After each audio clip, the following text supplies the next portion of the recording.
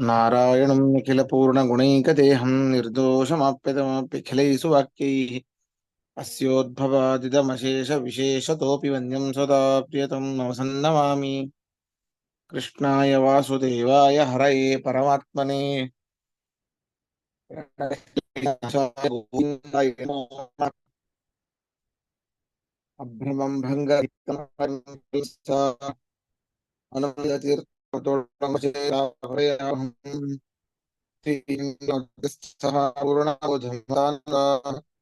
वैष्णवाः विष्णुहृदयाः तान्नसे गुरुन्मम तपस्वाध्याय शुश्रूषा कृष्णपूजारतं मुनिम् विश्वेशम् इष्टदं वन्दे परिव्राट् चक्रवर्तिनम्। श्रीगुरुभ्यो नमः। हरिः ओम्।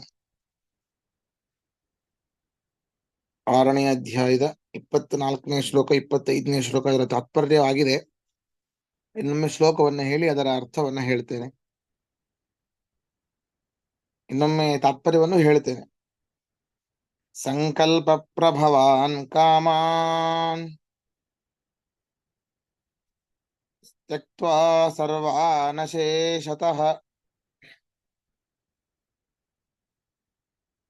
ಮನಸೈವೇಂದ್ರಿಯಗ್ರಾಮಂ ವಿನಿಯಮ್ಯ ಸಮಂತತಃ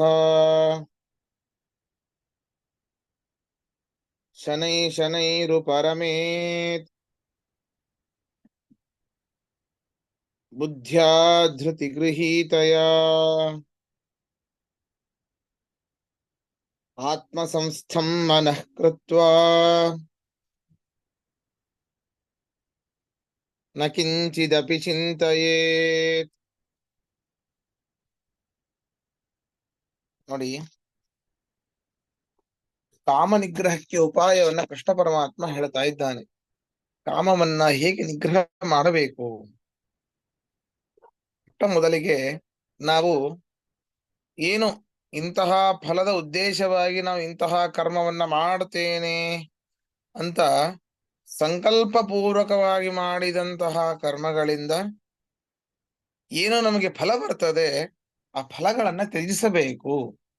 ಅರ್ಥಾತ್ ಆರೋಗ್ಯ ವೃದ್ಧ್ಯರ್ಥಂ, ಧನಧಾನ್ಯ ವೃದ್ಧ್ಯರ್ಥಂ, ಪುತ್ರ ಅಂತ ಈ ಸಂಕಲ್ಪ ಬೇಡ. ವಿಷ್ಣು ಪ್ರೇರಣೆಯ ವಿಷ್ಣು ಪ್ರೀತ್ಯರ್ಥಂ, ಇಷ್ಟೇ ಸಾಕು ಅಂತ ಕೃಷ್ಣ ಪರಮಾತ್ಮನದ್ದು. ನಾವು ಸಂಕಲ್ಪವನ್ನ ಮಾಡಿದರೆ ವಿಷ್ಣು ಪ್ರೇರಣೆಯ ವಿಷ್ಣು ಪ್ರೀತ್ಯರ್ಥಂ ಇತ್ಯಾದಿ ಫಲಭೋಗಗಳನ್ನ ನಾವು ಅಪೇಕ್ಷಿಸಿ ನಾವು ಮಾಡಿದರೆ ಆ ಫಲಭೋಗಗಳ ಅಪೇಕ್ಷೆಗೋಸ್ಕರ ನಾವು ಕಾಯ್ತಾ ಇರ್ತೇವೆ. ಆವಾಗ ಅದು ಸಿಗದೆ ಹೋದಾಗ ತುಂಬಾ ಕಷ್ಟವಾಗತ್ತೆ. ಆದ್ದರಿಂದ ಈ ಒಂದು ಸಂಕಲ್ಪ ಏನಿದೆ, ಸುಖ ಭೋಗಗಳನ್ನ ಸಂಪೂರ್ಣವಾಗಿ ತ್ಯಜಿಸಬೇಕು. ನಮಗೆಲ್ಲಾ ಇಂದ್ರಿಯಗಳನ್ನ ವಿಷಯ ಪದಾರ್ಥಗಳಿಂದ ಮನಸ್ಸಿನ ಮೂಲಕ ನಿಗ್ರಹಿಸಬೇಕು. ಮನಸ್ಸಿನ ಮೂಲಕ ಇಂದ್ರಿಯಗಳನ್ನ ವಿಷಯ ಪದಾರ್ಥಗಳ ಹತ್ತಿರ ಹೋಗದೇ ಇರೋ ಹಾಗೆ ನೋಡಿಕೊಳ್ಳಬೇಕು. ಧ್ಯಾನ ಮಾಡಬೇಕು. ತನ್ನ ಬುದ್ಧಿಯಿಂದ ನೋಡಿ, ಇಂದ್ರಿಯಗಳನ್ನ ನಿಗ್ರಹಿಸಬೇಕು ಅಂದ್ರೆ ಅದಕ್ಕೆ ಮನಸ್ಸು ಬೇಕು. ಮನಸ್ಸನ್ನ ನಿಗ್ರಹಿಸಬೇಕು ಅಂತಂದ್ರೆ ಬುದ್ಧಿ ಬೇಕು. ಆ ರೀತಿ ಬುದ್ಧಿ ಬರಬೇಕು ಅಂತಂದ್ರೆ ಧ್ಯಾನ ಮಾಡಬೇಕು.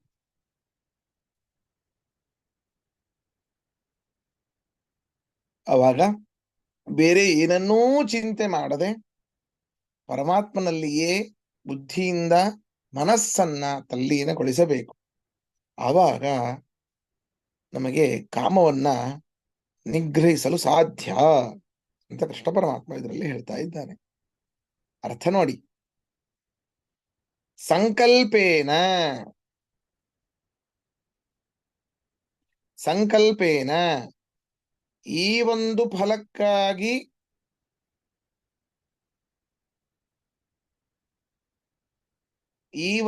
ಫಲಕ್ಕಾಗಿ ಕರ್ಮವನ್ನು ಮಾಡುತ್ತೇನೆ ಎಂಬ ಈ ಒಂದು ಫಲಕ್ಕಾಗಿ ಕರ್ಮವನ್ನು ಮಾಡುತ್ತೇನೆ ಎಂಬ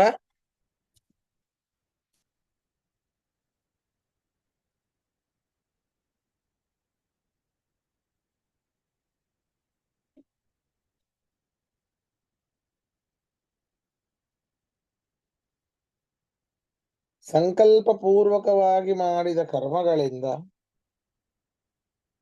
ಸಂಕಲ್ಪ ಪೂರ್ವಕವಾಗಿ ಮಾಡಿದ ಕರ್ಮಗಳಿಂದ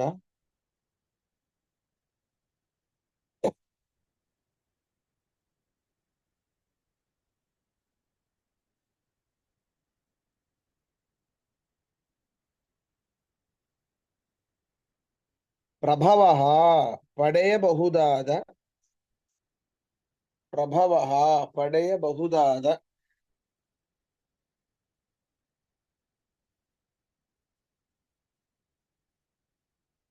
ಸರ್ವಾನ್ ಕಾಮಾನ್ ಎಲ್ಲಾ ಸುಖಭೋಗಗಳನ್ನು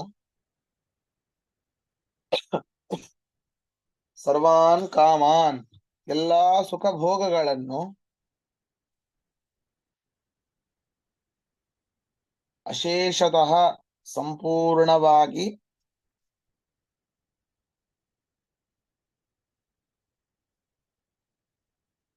ಅಶೇಷತಃ ಸಂಪೂರ್ಣವಾಗಿ ತ್ಯಕ್ತ್ವಾ ತ್ಯಜಿಸಿ ತ್ಯಕ್ತ್ವಾ ತ್ಯಜಿಸಿ ಇಂದ್ರಿಯಗ್ರಾಮಂ ಇಂದ್ರಿಯಗ್ರಾಮಂ ಇಂದ್ರಿಯ ಸಮೂಹವನ್ನು ಇಂದ್ರಿಯಗ್ರಾಮಂ ಇಂದ್ರಿಯ ಸಮೂಹವನ್ನು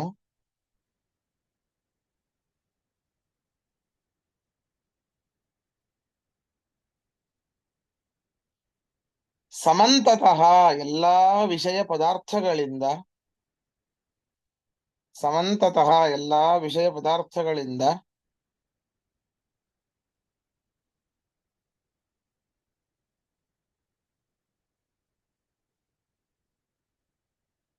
ಮನಸಾ ಮನಸೈವ ಮನಸ್ಸಿನಿಂದಲೇ ಮನಸೈವ ಮನಸ್ಸಿನಿಂದಲೇ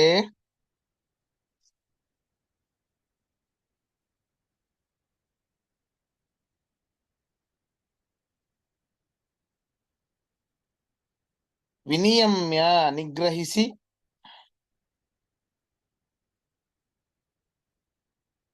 ವಿನಿಯಮ್ಯ ನಿಗ್ರಹಿಸಿ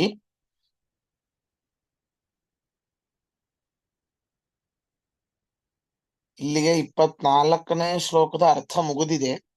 25ನೇ ಶ್ಲೋಕದ ಅರ್ಥವನ್ನ ಹೇಳ್ತಾ ಇದ್ದೇನೆ. ಮನಶ್ಚ ಮನಸ್ಸನ್ನು ಮನಶ್ಚ ಮನಸ್ಸನ್ನು ಧೃತಿಗೃಹೀತಯ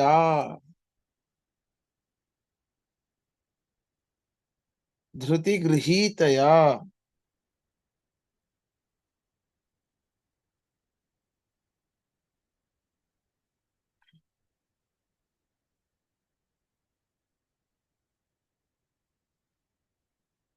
ಧೃತಿಗೃಹೀತಯ ಧ್ಯಾನದಿಂದ ತನ್ನ ವಶದಲ್ಲಿರುವ ಧ್ಯಾನದಿಂದ ತನ್ನ ವಶದಲ್ಲಿರುವ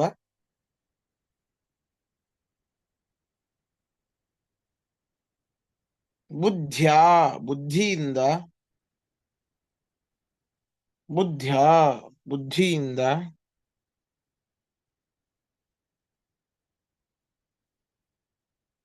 ಶನೈಹಿ ಶನೈಹಿ ಶನೈಹಿ ಶನೈಹಿ ಮೆಲ್ಲ ಮಲ್ಲನೆ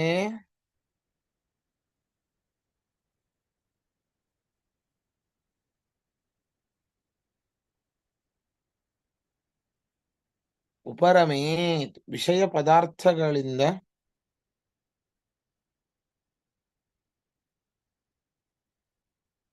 ವಿಷಯ ಪದಾರ್ಥಗಳಿಂದ ದೂರ ಮಾಡಬೇಕು ವಿಷಯ ಪದಾರ್ಥಗಳಿಂದ ದೂರ ಮಾಡಬೇಕು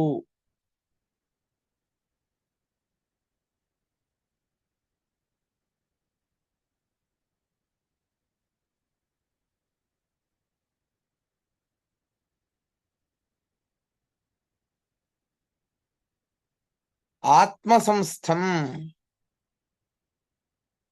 ಆತ್ಮಸಂಸ್ಥಂ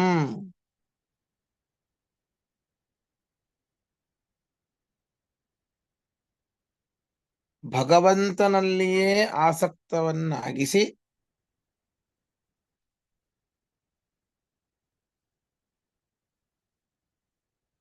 ಭಗವಂತನಲ್ಲಿಯೇ ಆಸಕ್ತವನ್ನಾಗಿಸಿ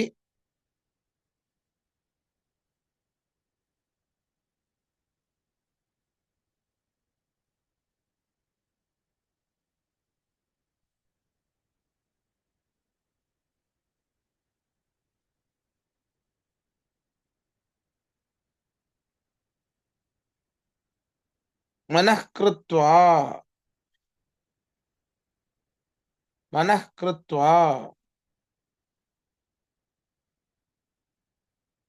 ಮನಸ್ಸನ್ನು ತಲ್ಲೀನಗೊಳಿಸಿ ಮನಸ್ಸನ್ನು ತಲ್ಲೀನಗೊಳಿಸಿ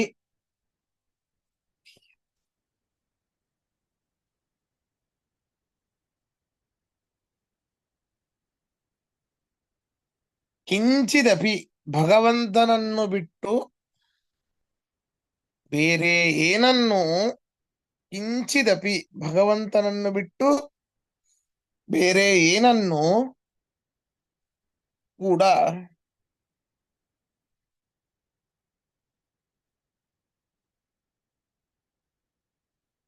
ಭಗವಂತನನ್ನು ಬಿಟ್ಟು ಬೇರೆ ಏನನ್ನೂ ಕೂಡ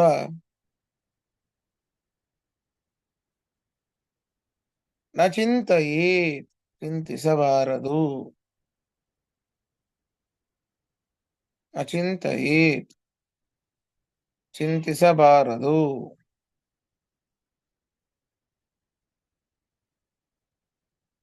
ಪ್ರಶ್ನೆ ಇದ್ರೆ ಕೇಳಿ.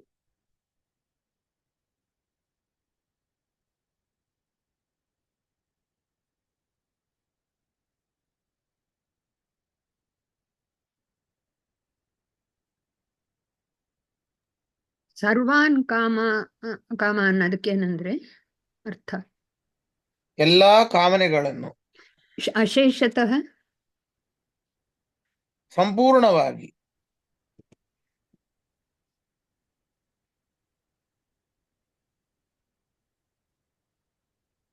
ಶೇಷ ಅಂದ್ರೆ ಉಳಿದಿದ್ದು, ಅಶೇಷ ಅಂದ್ರೆ ಎಲ್ಲವೂ ಉಳಿದಿದ್ದನ್ನು ಬಾಚ್ಕೊಂಡ್ಬಿಡೋದು ಅಂತ.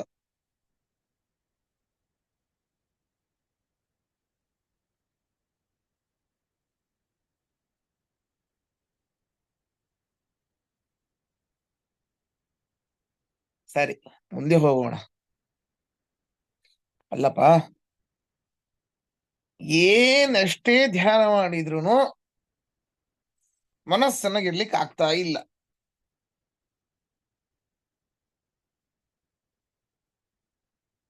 ಎಷ್ಟೇ ಧ್ಯಾನ ಮಾಡಿದ್ರು ಮನಸ್ಸು ಹಿಡಿತಕ್ಕೆ ಬರ್ತಾ ಇಲ್ಲ ಅಂತಂದ್ರೆ ನೋಡಿ, ಎಷ್ಟು ಉಪಾಯಗಳನ್ನ ಹೇಳ್ತಾ ಇದ್ದಾನೆ ಕೃಷ್ಣ ಪರಮಾತ್ಮ ಪ್ರತ್ಯಾಹಾರವನ್ನ ಮಾಡಿ ಮನಸ್ಸನ್ನ ಗೆಲ್ಲಿಕ್ಕೆ ಅಂತ.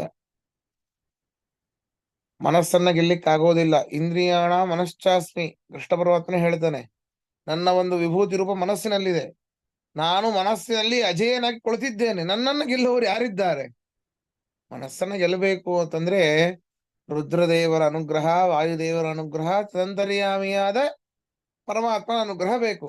ಈ ಮೂರು ದೇವತೆಗಳ ಉಪಾಸನೆಯಿಂದ ಮನಸ್ಸನ್ನು ಗೆಲ್ಲಬಹುದು. ಅಷ್ಟೇ ಸಾಲೋದಿಲ್ಲ, ನಮ್ಮ ಇತರ ಕರ್ಮಗಳೂ ಬೇಕು ಅಂತ. ಧ್ಯಾನ ಮಾಡಿ ಮನಸ್ಸನ್ನು ಗೆಲ್ಲಿಕ್ಕಾಗೋದಿಲ್ಲ, ಹೌದು. ಮತ್ತೇನು ಮಾಡಬಹುದು? ಪ್ರತ್ಯಾಹಾರವನ್ನ ಮಾಡಬೇಕು. ಬಲಾತ್ಕಾರವಾಗಿ ಆದರೂ ಮನಸ್ಸು ಯಾವ ಒಂದು ವಿಷಯ ಪದಾರ್ಥಗಳನ್ನ ಅಪೇಕ್ಷೆ ಪಡ್ತಿರುತ್ತೋ ಅದರಿಂದ ದೂರ ಸರಿಬೇಕು, ದೂರ ಸರಿಸ್ಬೇಕಂತೆ. ಈ ಪದಾರ್ಥ ಮನಸ್ಸಿಗೆ ಬೇಡ ಅಂತ ನಾವು ಈ ಆಯಾ ಪದಾರ್ಥ ಮನಸ್ಸು ಯಾವುದನ್ನ ಅಪೇಕ್ಷೆ ಪಡ್ತಾ ಇರ್ತದೋ ಅದನ್ನ ಕೊಡ್ಲಿಕ್ ಹೋಗಬಾರ್ದು, ಅದರಿಂದ ದೂರ ಇರಬೇಕಂತ. ಈ ರೀತಿ ಇದಕ್ಕೆ ಪ್ರತ್ಯಾಹಾರ ಅಂತ ಕರೀತಾರೆ. ಈ ರೀತಿಯಾದರೂ ಮಾಡಿ ಅಂತ ಕೃಷ್ಣ ಪರಮಾತ್ಮ ಹೇಳ್ತಾ ಇದ್ದಾನೆ ಈ ಮುಂದಿನ ಶ್ಲೋಕದಲ್ಲಿ. ಯತೋ ಯತೋ ನಿಶ್ಚರತಿ ಮನಶ್ಚಂಚಲಮಸ್ಥಿರಂ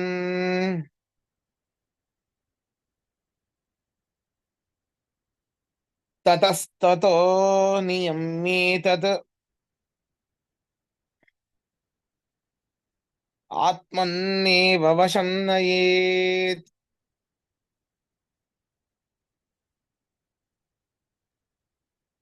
ಇವತ್ತು ಒಳ್ಳೆಯದನ್ನ ತಿನ್ನಬೇಕು ಅಂತ ನಾಲಿಗೆಗೆ ಅನಿಸ್ತು. ಮೊದಲಿಗೆ ಮನಸ್ಸಿಗೆ ಅನಿಸಿದ್ರಿಂದ ನಾಲಿಗೆ ಬೇಕು ಅಂತ ಅನ್ಸತ್ತೆ. ಮನಸ್ಸಿನಲ್ಲಿ ಇವತ್ತು ಬಜ್ಜಿ ತಿನ್ನಬೇಕು ಅಂತ ಅನಿಸ್ತು. ತಿನ್ರಿ, ಅದರಿಂದ ಏನ್ ತೊಂದರೆ ಇಲ್ಲ, ಯಾವುದೂ ಅತಿಯಾಗಬಾರದಷ್ಟೇ. ನಾತ್ಯಶ್ನತೋಸ್ತಿ, ಅತಿಯಾದ ಊಟ ಮಾಡುವವನಿಗೂ ಇಲ್ಲ. ಆದ್ರೆ ಸ್ವಲ್ಪ ರುಚಿ ಕೊಟ್ರೆ ಮನಸ್ಸು ಅದನ್ನೇ ಅಪೇಕ್ಷೆ ಪಡ್ತಾ ಇರ್ತದೆ. ಉಪವಾಸಕ್ಕೆ ಮನಸ್ಸೇ ಬರೋದಿಲ್ಲ, ರುಚಿ ಇದೆ ತಿಂದ್ಬಿಡೋಣ ಅಂತ ಅನ್ಸುತ್ತೆ.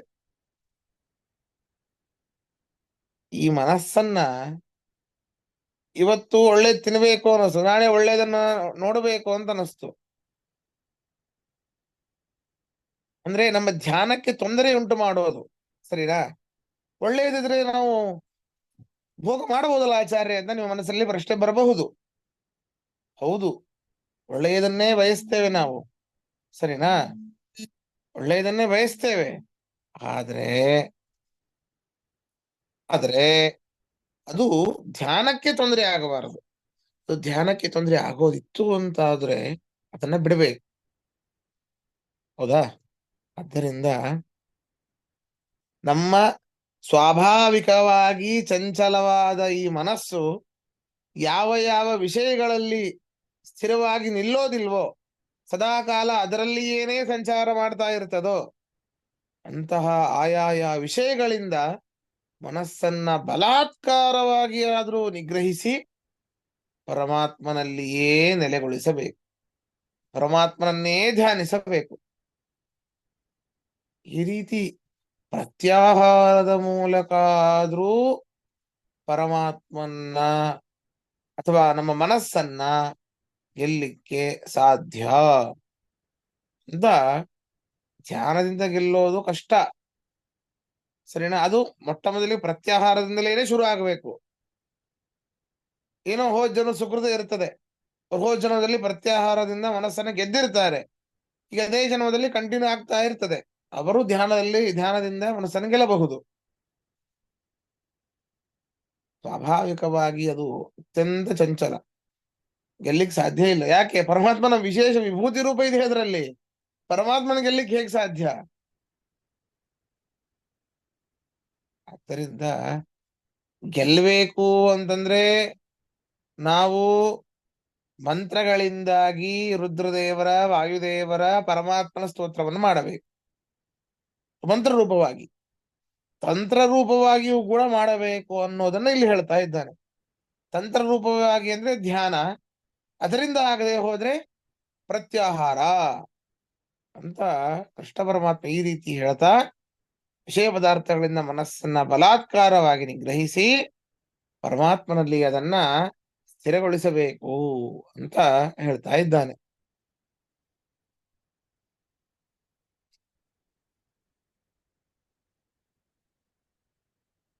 ಒಂದೇ ನಿಮಿಷ.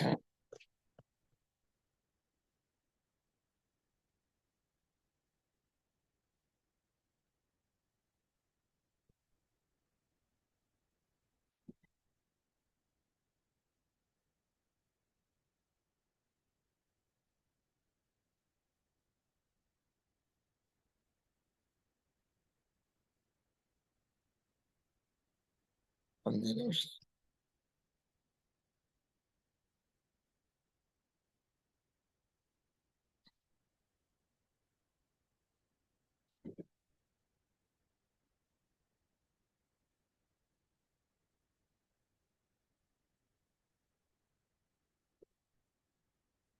ಇಪ್ಪತ್ತ 6ನೇ ಶ್ಲೋಕ ಅಲ್ಲ?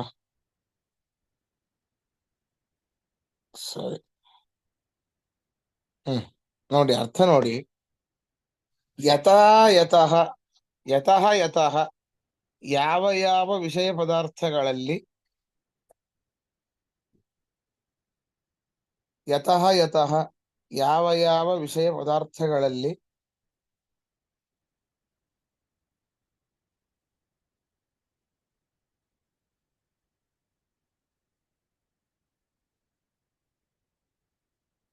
ಚಂಚಲಂ, ಸ್ವತಃ ಚಂಚಲ ಸ್ವಭಾವದ ಸ್ವತಃ ಚಂಚಲ ಸ್ವಭಾವದ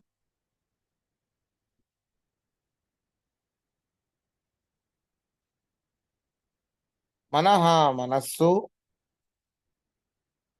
ಮನಃ ಮನಸ್ಸು ಅಸ್ಥಿರಂ ಅಸ್ಥಿರಂ ಸ್ಥಿರವಾಗಿ ನಿಲ್ಲದೆ ಸಂಚರಿಸುತ್ತದೋ ಸ್ಥಿರವಾಗಿ ನಿಲ್ಲದೆ ಸಂಚರಿಸುತ್ತದೋ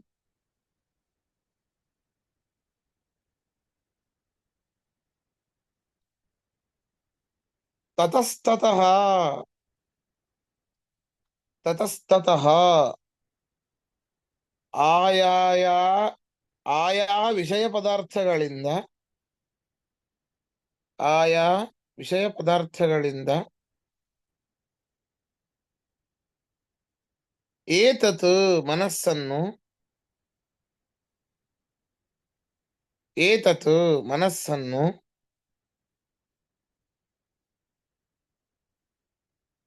ನಿಯಮ್ಯ ಪ್ರತ್ಯಾಹಾರದಿಂದ ನಿಗ್ರಹಿಸಿ ನಿಯಮ್ಯ ಪ್ರತ್ಯಾಹಾರದಿಂದ ನಿಗ್ರಹಿಸಿ ತತ್ ಆ ಆ ಮನಸ್ಸನ್ನು ತತ್ ಆ ಮನಸ್ಸನ್ನು ಆತ್ಮನ್ನೇವ ಆತ್ಮನ್ನೇವ ಭಗವಂತನಲ್ಲಿಯೇ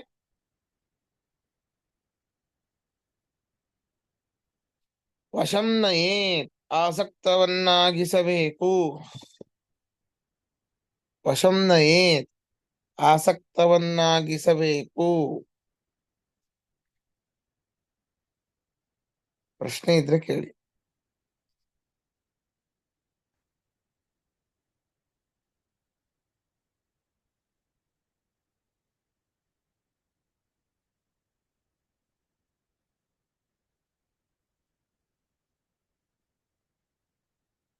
ಪ್ರಶ್ನೆ ಇಲ್ವಾ?